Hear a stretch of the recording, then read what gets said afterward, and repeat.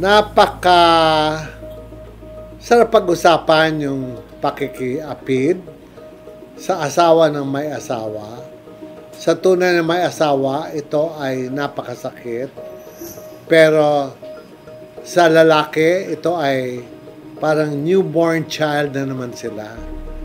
Parang bagong buhay na naman sila. Para naman sila mga teenager.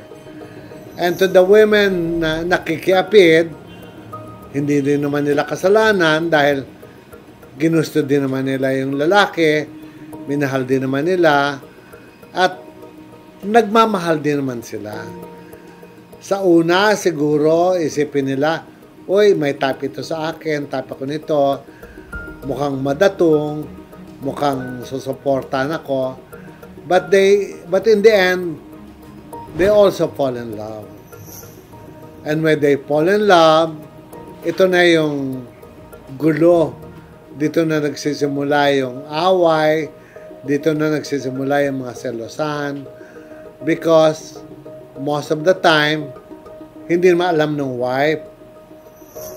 At pag dumating naman yung point na malaman ito ng wife, magkakaroon ng gera, malaking usapin ito, malaking kagulo sa pamilya. Pero kung ito yung relasyon na, it will come to a point na tatanggapin na lang ito. Mahirap tanggapin, masakit tanggapin, but the wife have no other choice. Like kung sinasabi na sa mga wife na what will be good for you will be very, very hard for you. Totoo po yan dahil madaling sabihin, pero napakahirap gawin, lalo na kung ikaw nasa sitwasyon.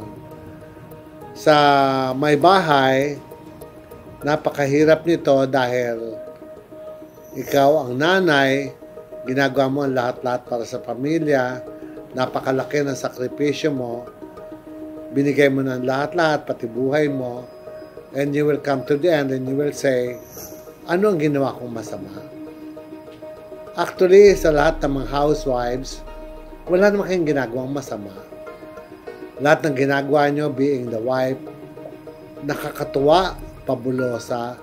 It just so happened that we have to accept the fact that men are born conqueror.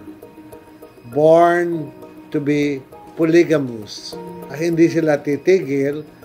Somebody have asked me that, paano ba titigil yung asawa ko sa pagloloko? At sinagot ko lang, siguro pagpantay na yung paa niya.